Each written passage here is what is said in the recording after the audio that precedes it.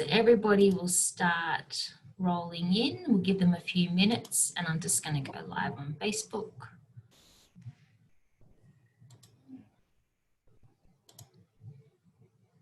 We'll give it a go anyway. It didn't work last time. Something I did was wrong. Next.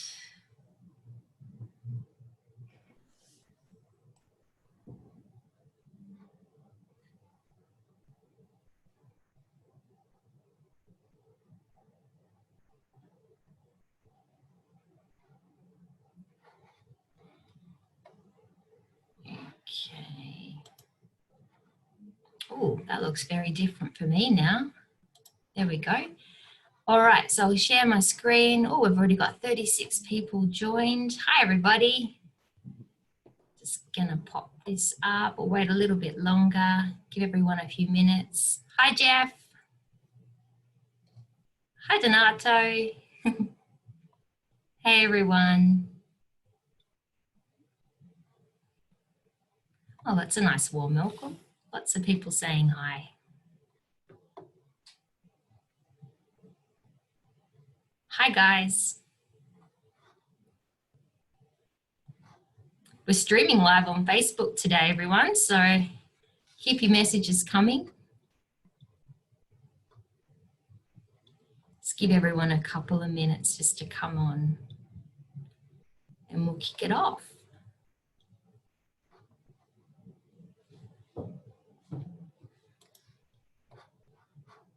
Good chatters today.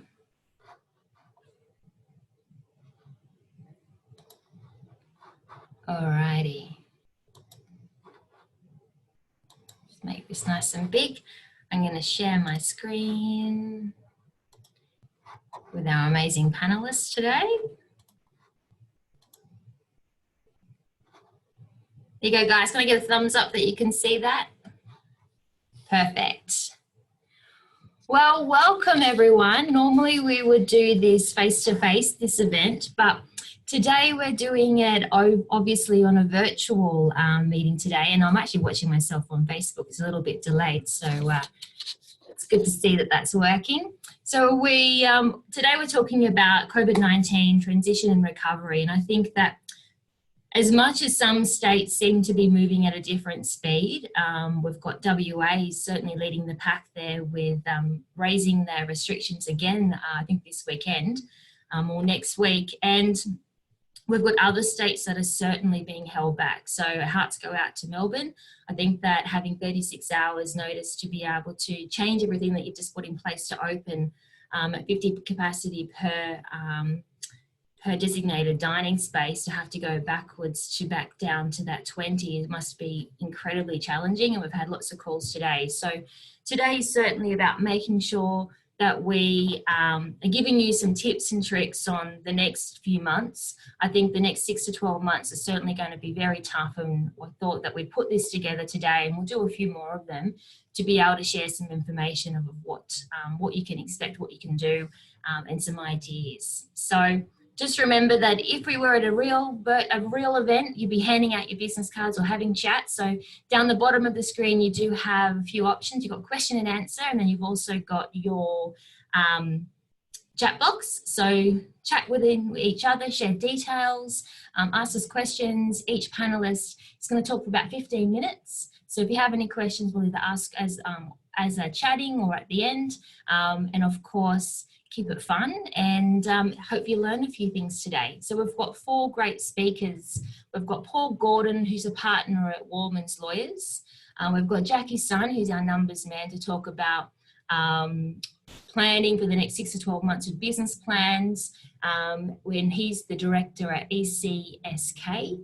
And then we've got Tyson, who's the founder of foundU, who's going to talk to us today about planning your roster, beginning to end, when it comes to onboarding and recording management of your staff, and looking at being able to streamline your processes. And he's going to give us 3 top tips.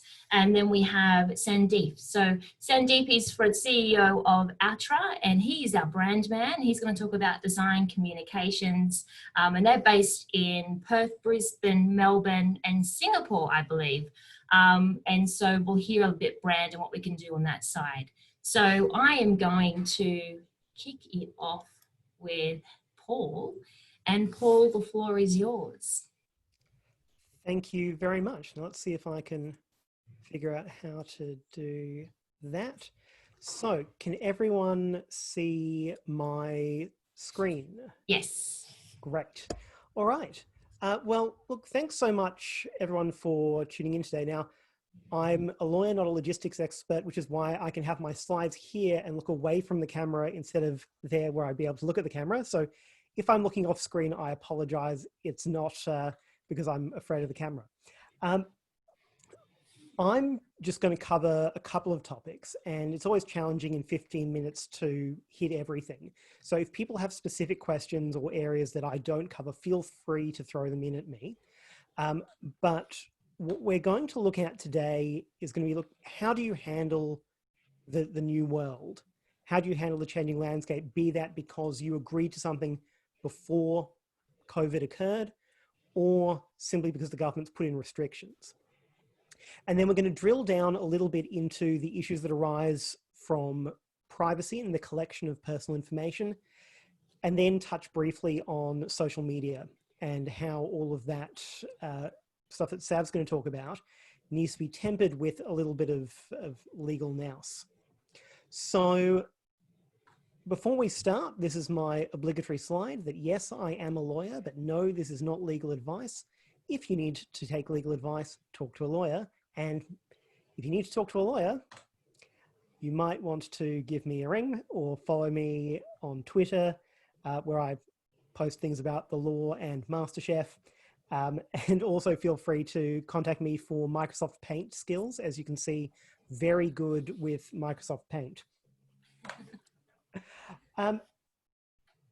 In my practice, I deal with quite a few hospitality businesses, and one of the bigger issues that we've seen arise has really been in contracts entered into before the pandemic arose or before the pandemic was known to be such a big deal.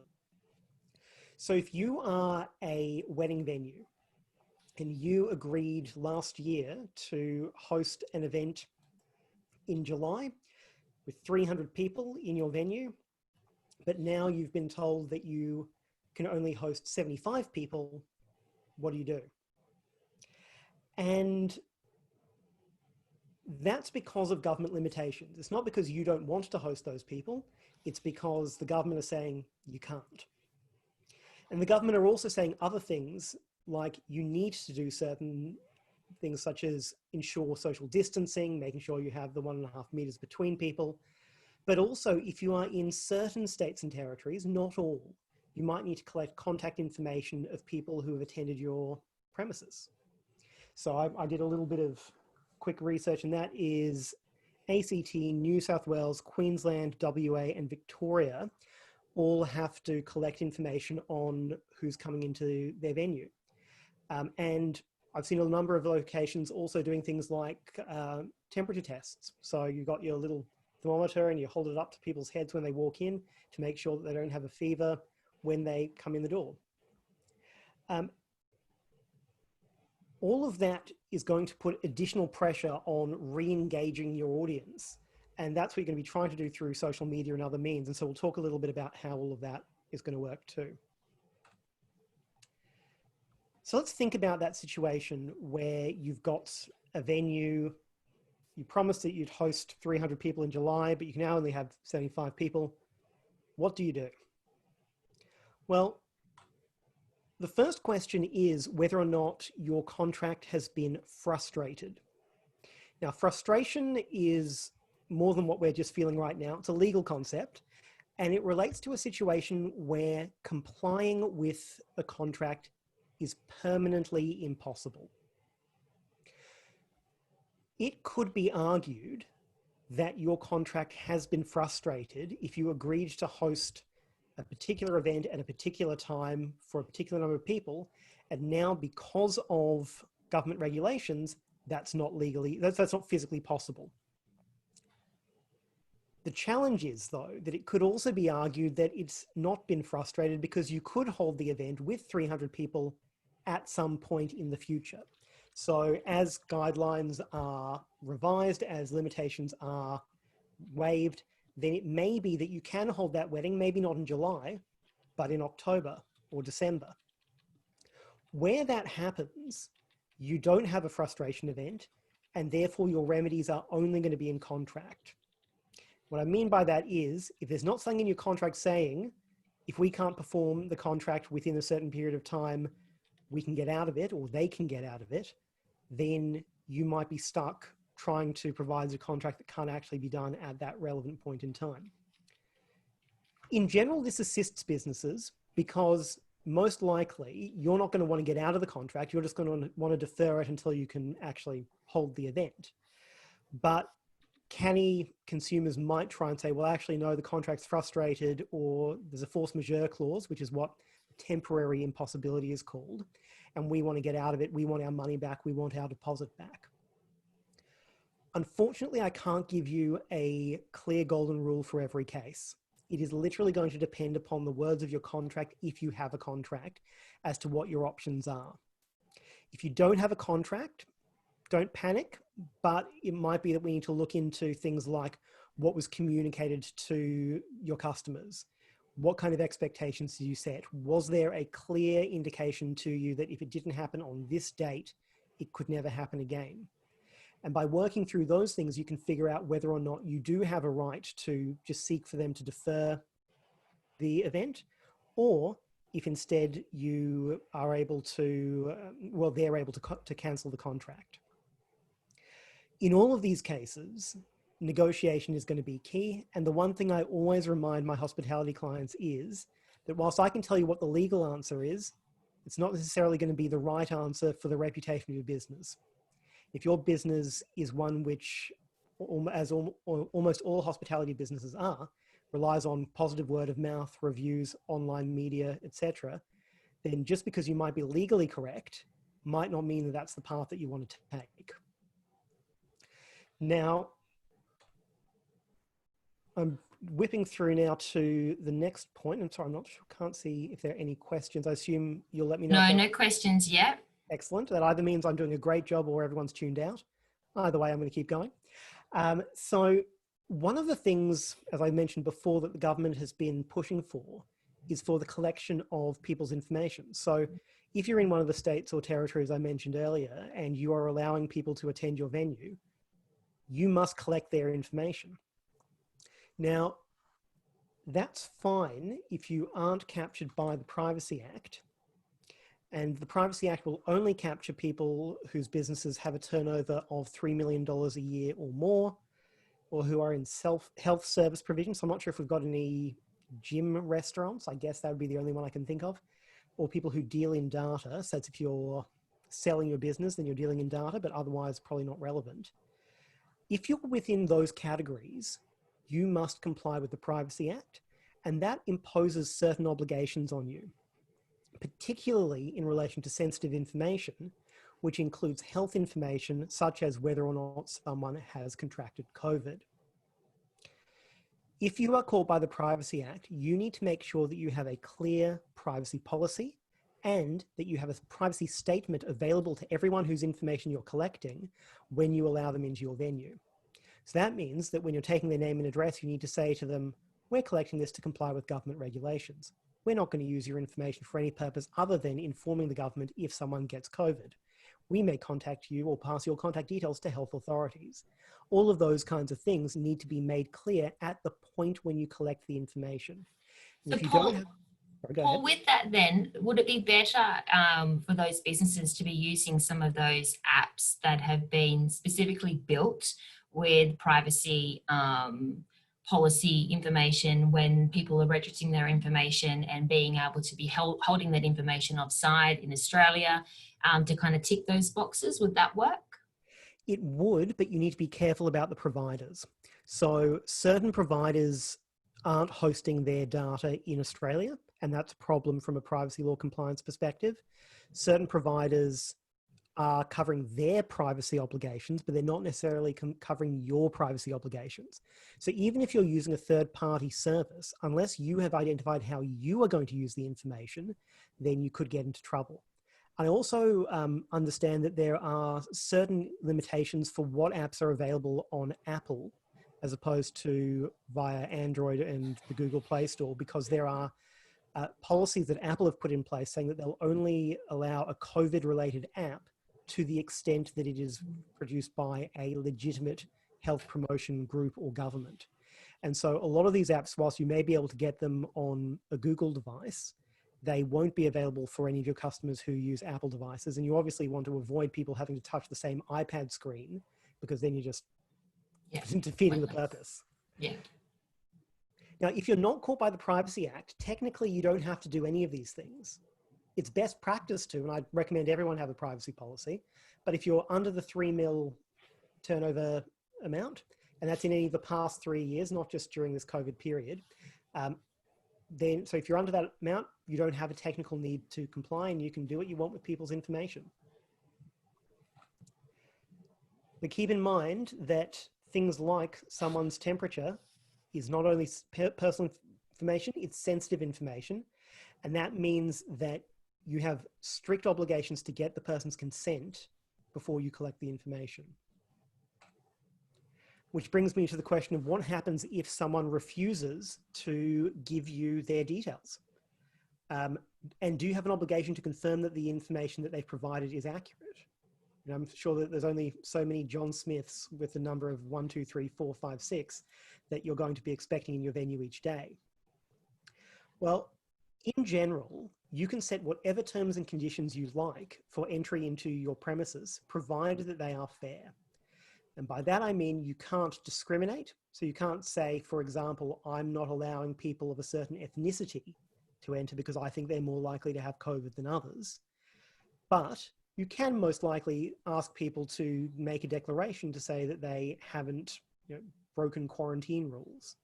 You could get people to agree, you can require people to give you their name and address and contact number if you want that to be a condition of entry. I think you can even ask people for their temperature as a condition of entry.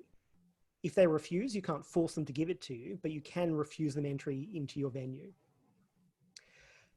The one thing which is really a little bit tricky though, is that under the Privacy Act, if you are caught, people have a right to be forgotten in terms of having their information that you hold deleted, but only in relation to sensitive information.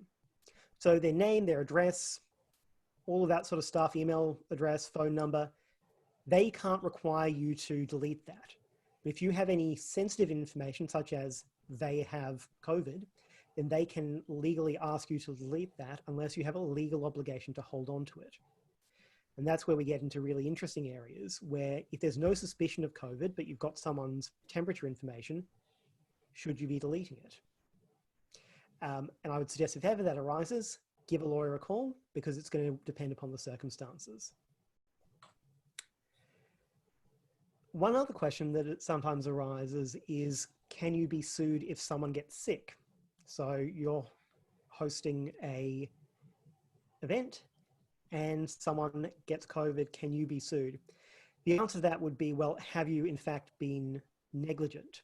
So if you are following all government guidelines, if you are ensuring that there's hand sanitizer on entry and that you're doing everything the government recommends, I'd say that it would be very hard for someone to accuse you of negligence for this. However, if you are not taking reasonable precautions in light of the current evidence and recommendations, then there absolutely may be a situation where you are liable if someone gets sick.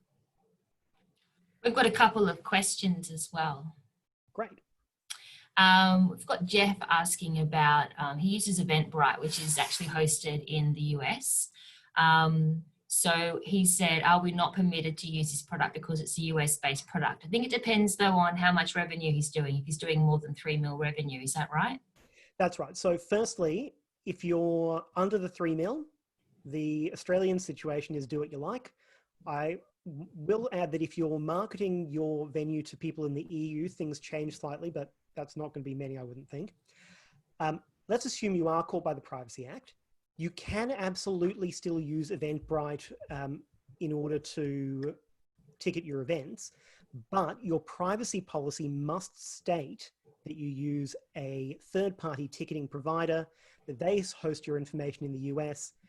And the other thing you need to be aware of is that if anything goes wrong with Eventbrite, you will be responsible for their breach. So you can, but use it with caution. All right. Now, how much more have you got to go, Paul? Because we need to roll on to the next speaker. I can, if I can have 10 seconds on social media. 10 seconds, you got it. Excellent. Social media. If you're using someone's information to target adverts at them, you need to comply with the Privacy Act if you have over 3 million in revenue. Otherwise, do what you like. If third parties post stuff on your social media page, you are responsible for it and you need to take it down or moderate it in a reasonable period of time.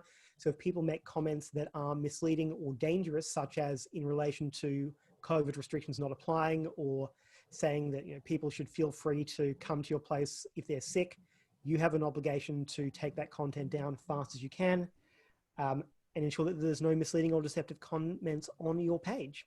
That'll do. Thank you, Paul. Appreciate that. And of course, if you have any more questions, put them through, and we might answer them at the end or send you those answers. So next up, we have Jacky Sun. So Jacky, thank you. Welcome. Thank you. Thank you for having me, Belinda, Restaurant Catering Association. Thank you for getting me involved. Good afternoon, everyone. I don't have presentation. I didn't prepare presentation, but I will try to keep it brief, concise, and also hopefully it'll be useful for all of you. Sharing the same sentiment like Paul before, this is not a taxation advice, this is not financial advice, and sorry, my name doesn't have any reference to Breaking Bad. So I can't do better call Jacky, better call Paul. So that's disappointing. Look, I have a couple of points that I want all the participants to. Again, if you are doing it at the moment, good on you. Continue on, improve on it. But if you haven't done so, this is going to be a long-term project for you. You don't have to do it all in one go. You don't have to do it as soon as this presentation. You can take 1 or 2 points and then start implementing that in your business.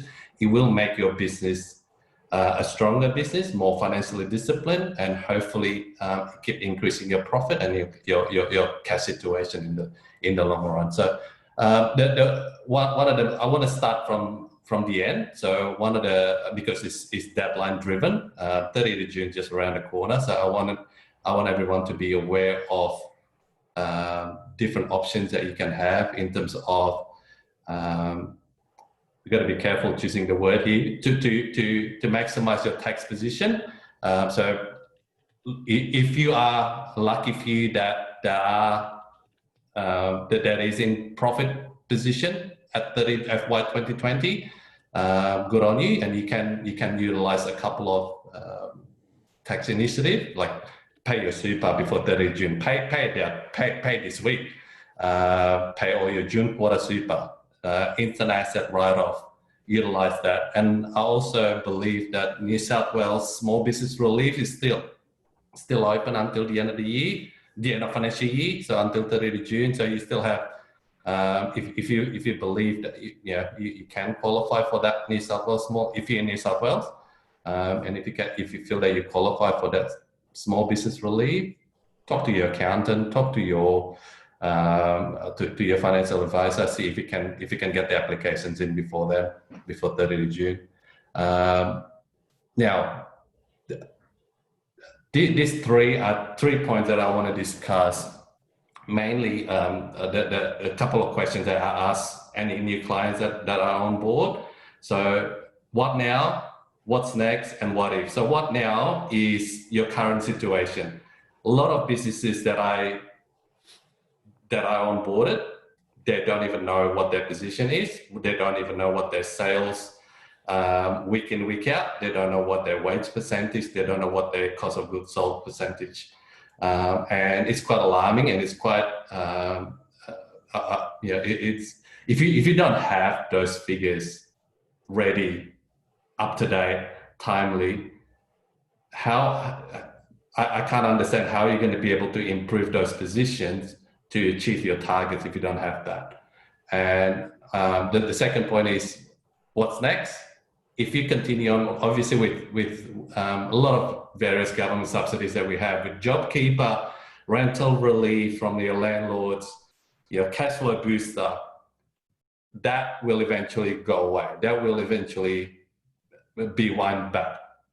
What is your business going to look like if you keep continuing operation as is with those incentives taken away from the business in September, October this year? And what if is the areas, how are you going to improve your business to achieve the business a vision of the business that you have in mind? So a profitability of X percentage, your cash flow, working capital, strong cash flow. You don't have to worry about where your cash is going to come from when BAS is due, when super is due. So, and I will go into details on those three items. So what now? So how do you know, how are you going to figure it out? Where is your business currently sits?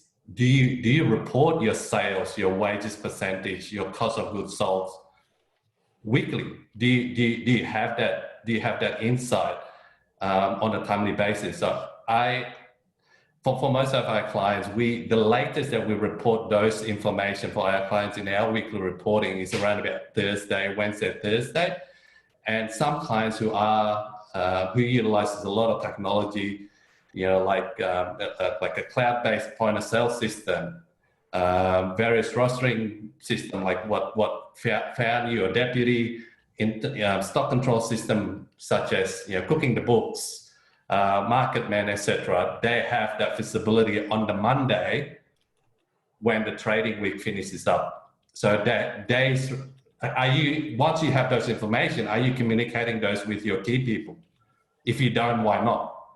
Because those key people are the one who will derive your business, that have their hands on getting those figures improved, getting those KPIs improved.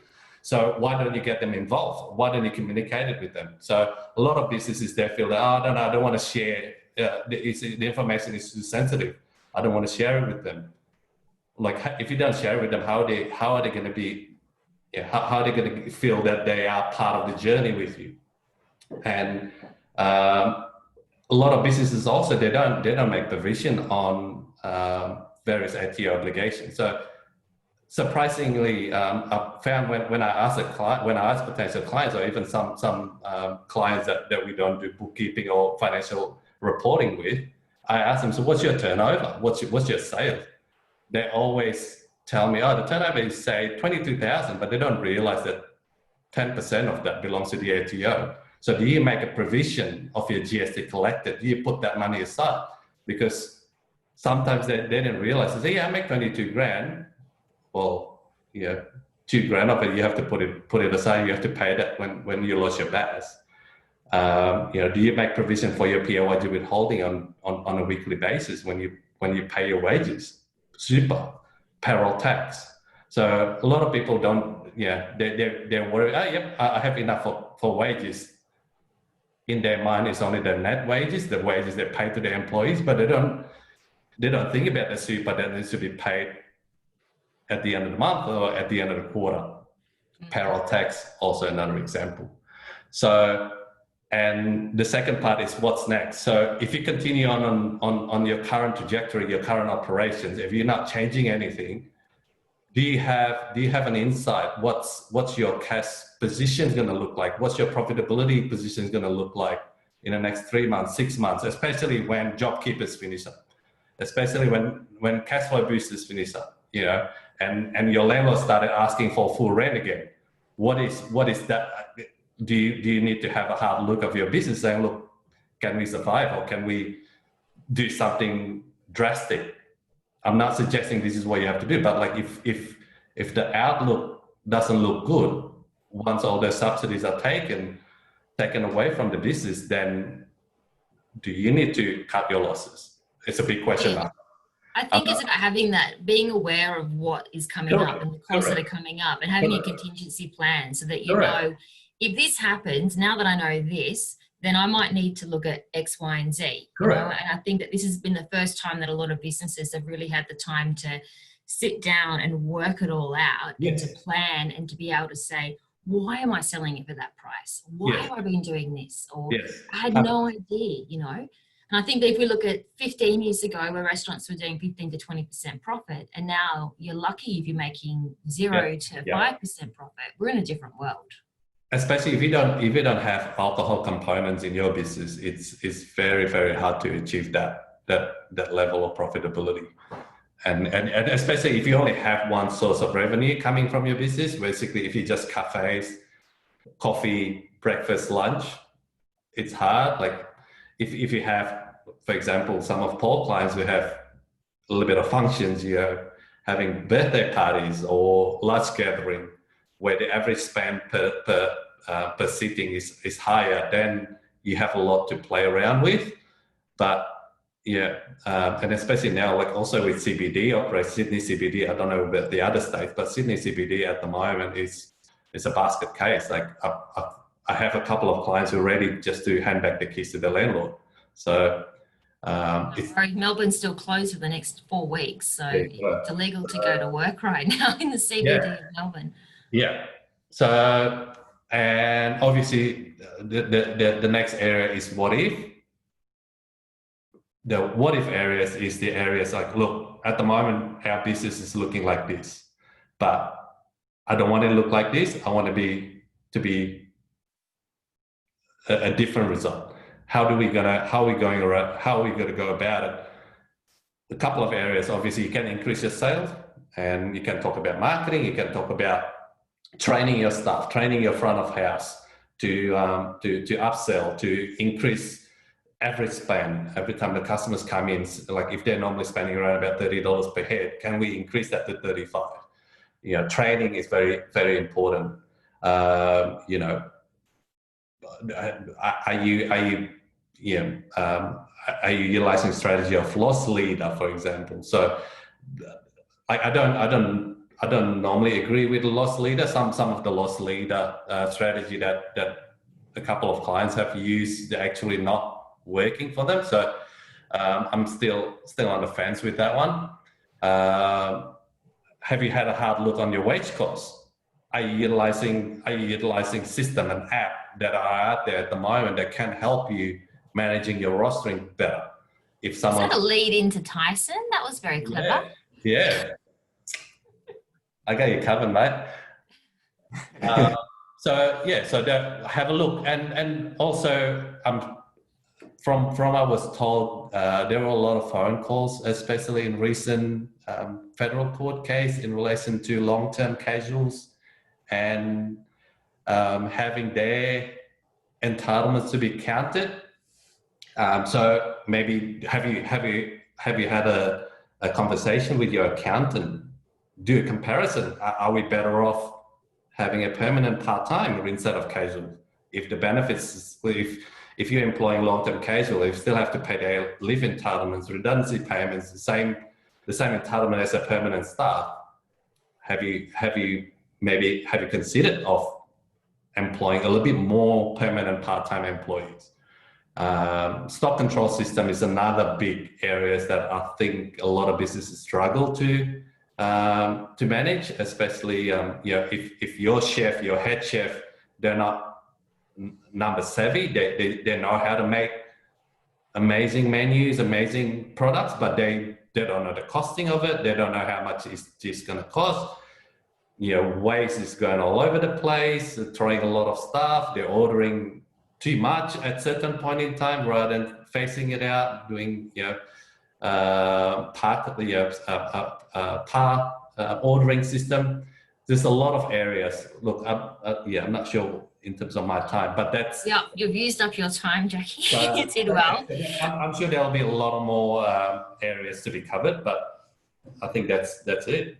Yeah, I think it's a really important part about when you work out your business plan to be able to then share that with your team so that they're striving to hit those targets too and part of that journey. And that you are a team at the end of the day, and I think that's a really important part. Okay, Tyson, over to you to talk about beginning to end of looking after employees and streamlining your business features. So take it away. Thank you so much. And look, before I share my screen, I just wanted to say thanks for having me, Belinda.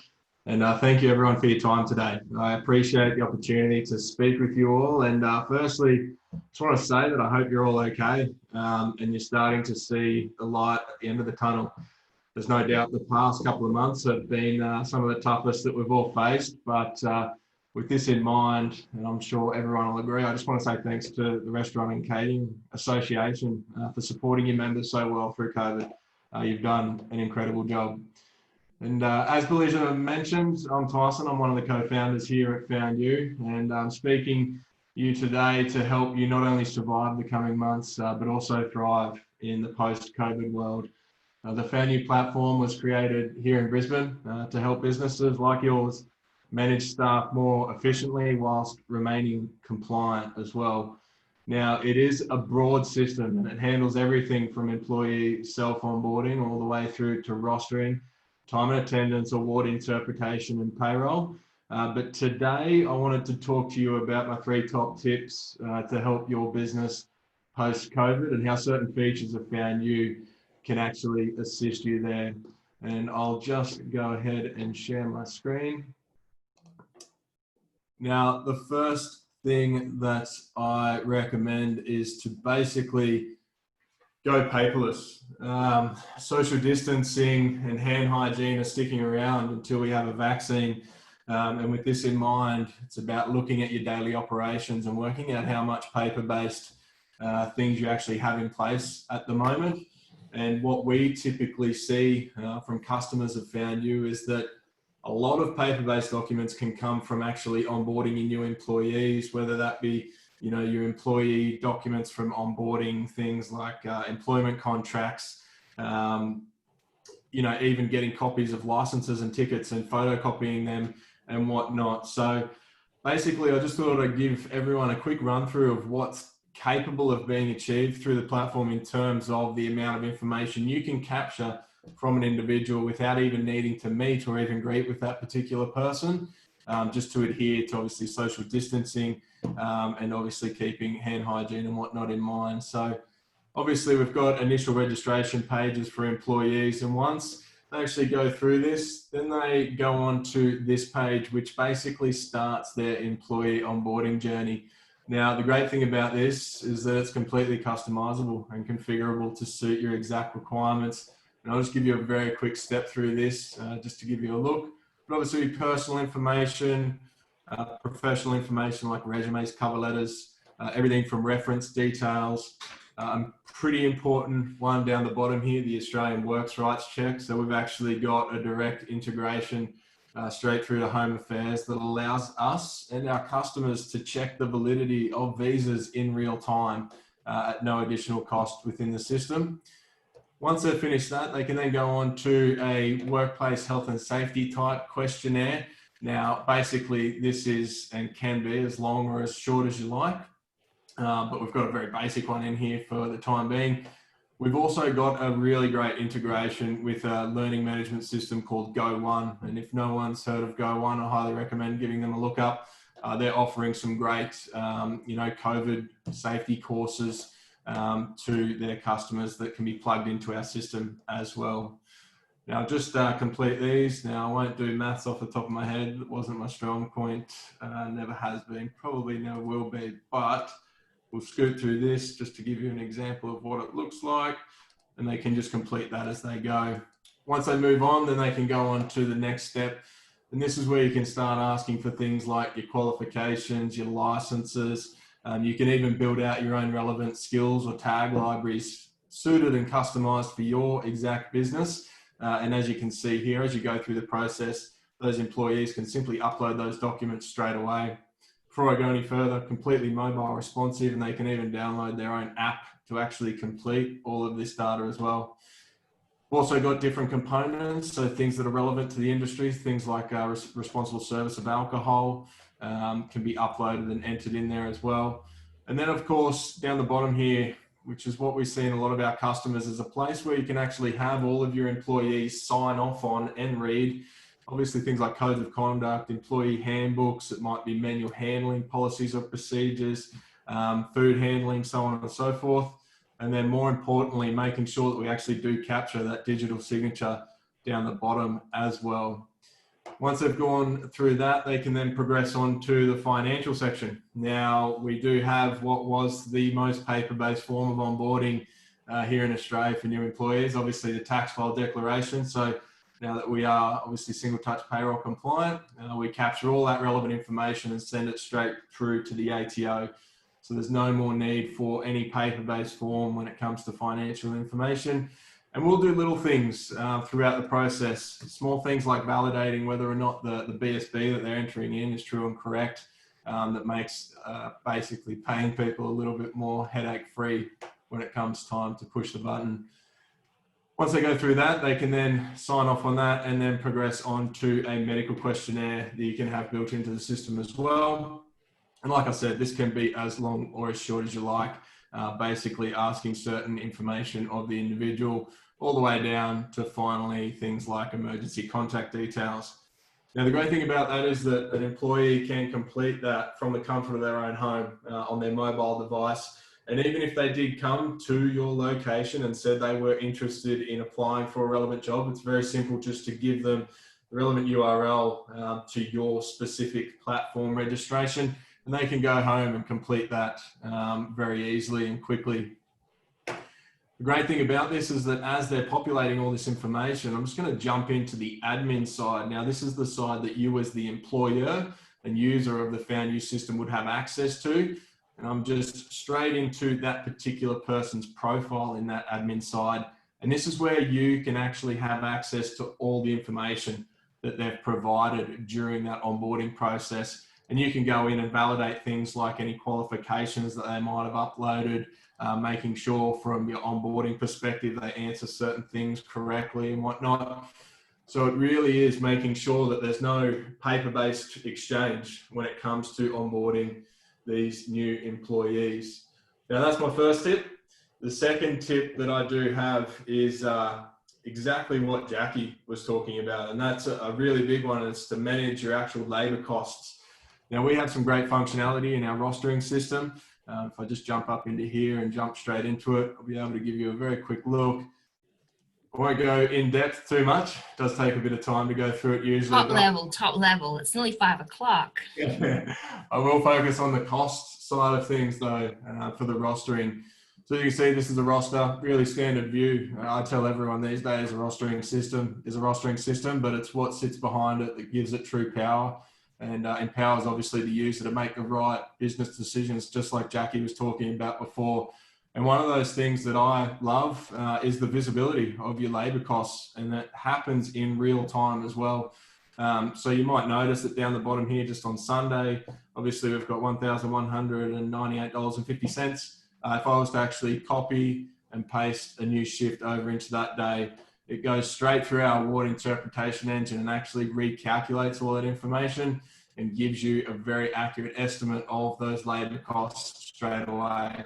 Now, what you can also do, which is pretty cool, is you can manage it from obviously your daily view on top of your weekly view. So if I do go into a daily view, it'll break it down on a day-by-day basis. You can see the costs associated with the day down the bottom there. And the moment that I drag any of these shifts, the recalculation of the labor costs happens fairly instantaneously to give you an accurate representation of the changes in those costs. Does it talk to also your budget and then also your actual sales as well, Tyson? Yeah, so what we also have, and if I jump back into this particular view, up the top here in tools, we have the ability to enter a roster budget. Now, the roster budget can be done a few different ways. You can enter in just simple hours if you have an hourly budget that you want to represent in there, or you can input dollar figures as well. Now, once you've actually inputted these dollar figures, you then have the ability down the bottom here, if I click on this little button to expand it, basically what it's going to show me is my costs of labor throughout the entire week. Now, if I just, let me just go back one. This one should have some budgets in line there. And as you can see, the budgets that I've actually inputted, it'll tell you straight away if you're over budget or under budget for any of those particular days. And it'll also give you a true and accurate representation of the breakdown of how all these hours that have been entered into your roster need to be interpreted from an award basis. So the award interpretation engine that we utilize to streamline payroll is the same engine that we use to give you accurate estimates of labor on this view here. And basically what you can also do is break that down even further. So we've got this great cost one here. I like the analytics as well, because then you can pop out and actually look at, from a graphical sense, exactly where you're up to and your labor costing against your budget, and then actually work out how much of your budget you've actually spent on each one of those days as well. Now, we are working on different ways, Belinda, to actually get sales information in. We've spent a lot of time on making sure that we do this correct. A lot of people have differing views on how they want to run and manage that, but we're in the process of implementing that now. And we've also done a lot of work on AI and whatnot. So we're going to get to a stage where suggested rostering using machine learning and whatnot is going to play a very big part in how you can actually not only, you know, create a roster that might be the most cost effective, but we're also looking at ways of making it the most fair. Obviously, in this time, sharing hours across your employees is going to be a thing that you'll probably want to do to make sure that everyone gets an even slice of the pie. That's some of the stuff that we're working on there as well. I'll just make a quick point with labour, and I should have mentioned that maybe when Jacky was talking, but we have put a submission in to extend the JobKeeper. I think that that's critical for the next few months. It may look a little bit different to what it looks now, but I think certainly we've made it very clear that restaurants, cafes, caterers need that extra help of the JobKeeper to be able to sustain past the end of September. Yeah, 100%. So what's tip 3? What was that, sorry? What's tip 3? 2, 3. Tip 3. Tip 3. Top tip 3. The final tip is basically anywhere within your business that you can automate any function or process should be one of your highest priorities right now. I understand that a lot of owners are going to be, you know, walking in the shoes of a lot of different roles right now. And to that point, I want to focus on payroll. Payroll is something that we all understand the importance of, but also dread the amount of time that it traditionally takes a lot of us to do. So we've shaken things up a little bit here at foundU. We do things a lot different to other platforms. And because we do start from the start and finish with payroll, it allows us to streamline payroll and save some of our customers up to 70% of their payroll processing time once they've done the switch to the foundU system. Now, this approved shifts page is basically a page where you can just review the hours that are being performed by individuals utilizing the different apps that we actually have. So we've got a foundU clock where you can have it at a location, clock in and out, takes a photo. We've also got geolocation capability as well built into the system, and they can clock in and clock out via their app. But the amazing thing that we do that's a little bit different to most people is that as you simply go through and approve the hours that are actually performed by these individuals, you're actually doing payroll at exactly the same time. So every single time you approve a shift for an individual here, that shift goes through the same award interpretation engine that we utilize to give you accurate estimates in labor costs on the roster. We then insert how that actual shift is broken down straight into a pay slip, so that all you have to do throughout a week is go through and obviously approve these hours. And as you're doing that, we're continually building out those pay slips. So that if I do go Bit of a naughty shift there though, Tyson. 9 hours and no break. Come on. Yeah, 100%. We would make sure that we actually have that put in, and we can put those breaks in at certain stages as well. So if you're actually doing the rostering, you can put those certain hours in at the rostering point. So when they're clocking in and clocking out, they know exactly what time they need to take those breaks and everything like that as well. But once everything's been put in and you've obviously gone through and approved those particular shifts, the moment that you do that, we then start building out the pay slips. And that's the most amazing thing about this system. We have businesses that basically get to, say, Monday, and all they're doing is approving a few shifts on a Saturday and Sunday. And straight away, these pay slips that you can see on the screen here are actually being built out in accordance with the breakdown of the award engine that we have in the background. So I'll just jump in and edit one of these so you know exactly what I'm talking about. But as you can see, it'll continually insert new shifts into the payslip every single time you actually approve a shift within your platform. So it streamlines payroll quite significantly compared to a lot of other systems. Good stuff. Well, I think my favourite part of that is I don't know how many times you've got a policy that when the employee does something wrong, when they say, I never read that, I never saw that, you can go back and say, I do believe this is your signature. So I think that's pretty good. But yeah, beginning to end, thanks very much, Tyson. Good job. Perfect. Then finally, we're going to talk a little bit about brand, because brand at the moment, especially with your businesses, is incredibly important. So we're going to talk to Sav from Outra, who is based over there in Perth. Hi, Sav. How are you? Hello. How you doing? Can you hear me all right? Yeah, we can hear you good. Perfect. Hey, everyone. And once again, thanks a lot to RCA for having us. Really genuinely appreciate it. Tyson, thanks for mentioning automation, because it's definitely something I was about to bring up. So that was perfect. It's like we planned it. Let me bring up the screen share. Just give me one sec. Alrighty. Can you see that all fine? Yeah, we can see that. Perfect. So what I was going to talk about was, look, the easiest people to sell to at the end of the day are the ones that you've sold to already. So that's going to be the topic of pretty much the entire conversation today. The 4 things that I was going to go through are the current social media channels, online takeaway and booking systems, capturing customer data, and also just a simple advertising sequence. It looks complex, but in terms of making that automated and make it work for yourself and make it work for your business, that's something I was going to go through as well. So the social media channels, you've got Facebook, Instagram, which everyone knows of, and now very recently you've had TikTok that's coming up, which is a newer system that has, if you follow the trends from when Facebook started to now when TikTok has come into play, the transition has pretty much been more and more video. So that currently is what pretty much everyone is favoring. Initially, when you had Facebook posts, you had images, you had pieces of text, it was going out to everyone. When Instagram came around, you slowly had Instagram stories.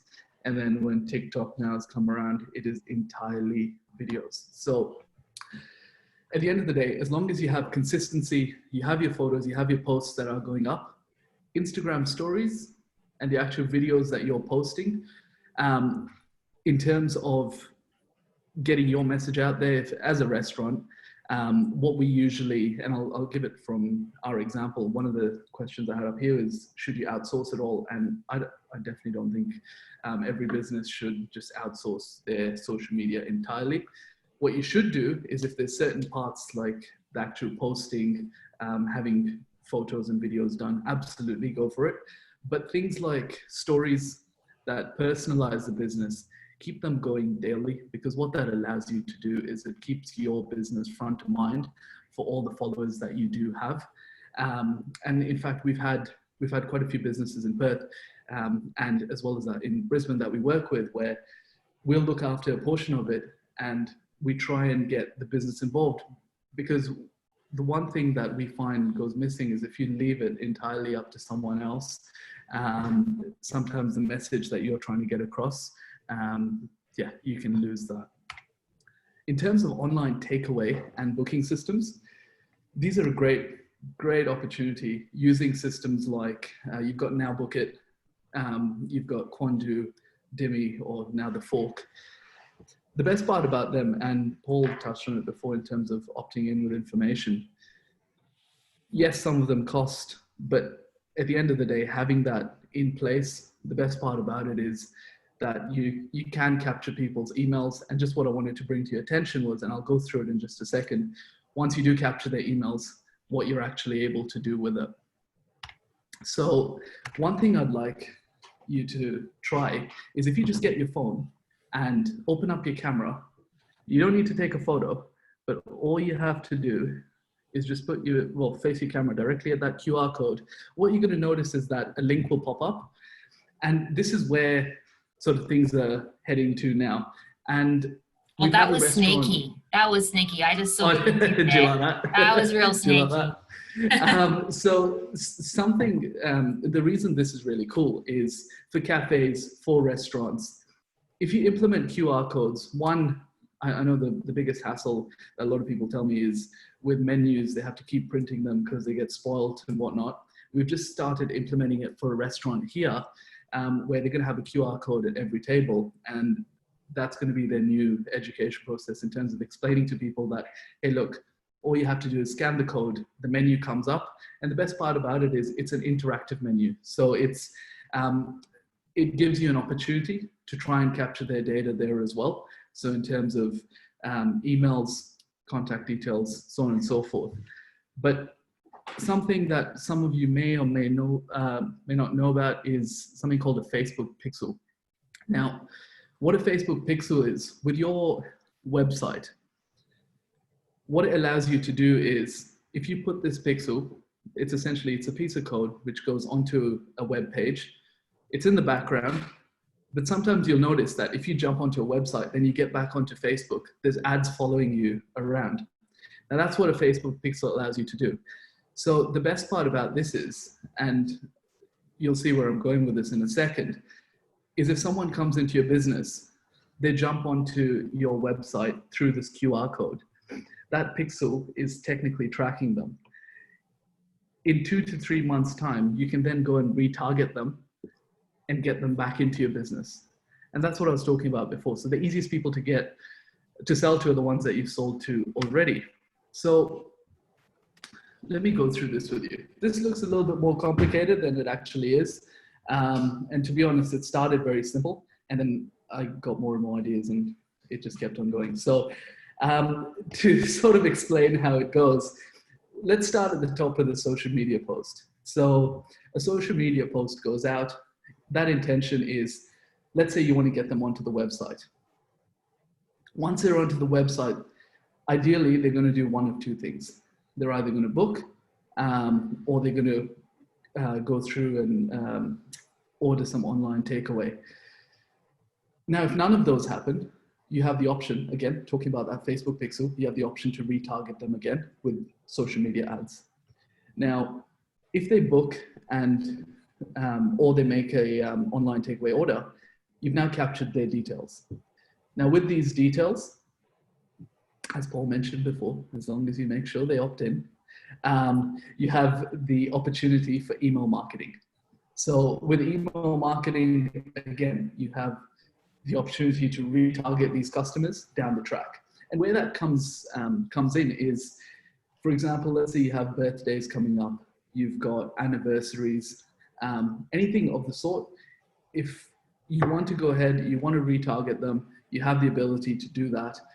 Once they've pretty much all they have to do is jump onto either your Facebook page or jump onto your website at any one point, and you can retarget that customer very, very easily. And what we found is with these, when I talk about retargeting, when you use videos, you're going to reach a lot more people. And one of the things that we've been having a lot of success with is website chats and messenger marketing. So just, I guess, finish that off today. In terms of automating everything, you go through that entire process. Obviously, this presentation will be available for you to download or get off Belinda. But in terms of setting that up, if you do need help, obviously ask a local marketing agency, reach out to us, happy to help as well.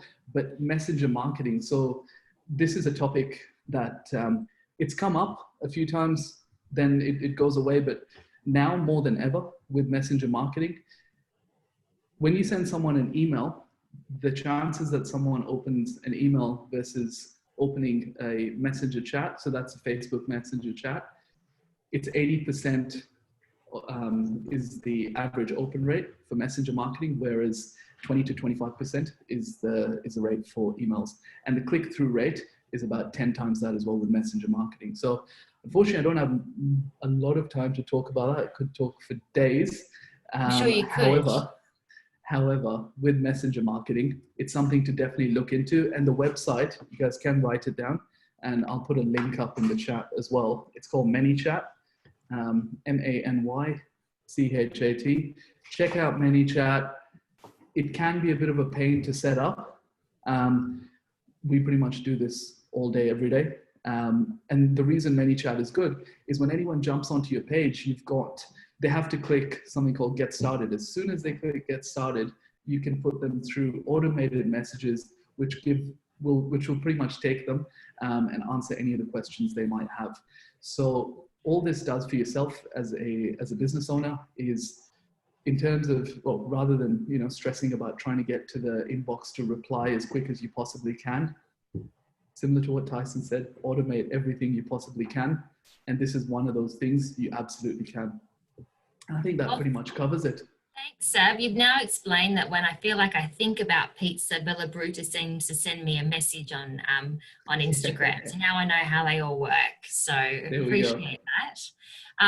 Thank you so much, everyone, for participating in today's virtual webinar. And thank you to our 4 panelists, Paul, Jacky, Tyson, and Sav. We appreciate all your insights. Of course, we're always here if you have any questions. If you need anything, please let me know. But thank you again, everybody, and till next time. So any questions, let us know, and we will be doing these more and more with different topics. So have a great day, everyone. Thanks again. Thanks, panelists. Thank you. Thanks, guys. Thanks, Chee. Bye.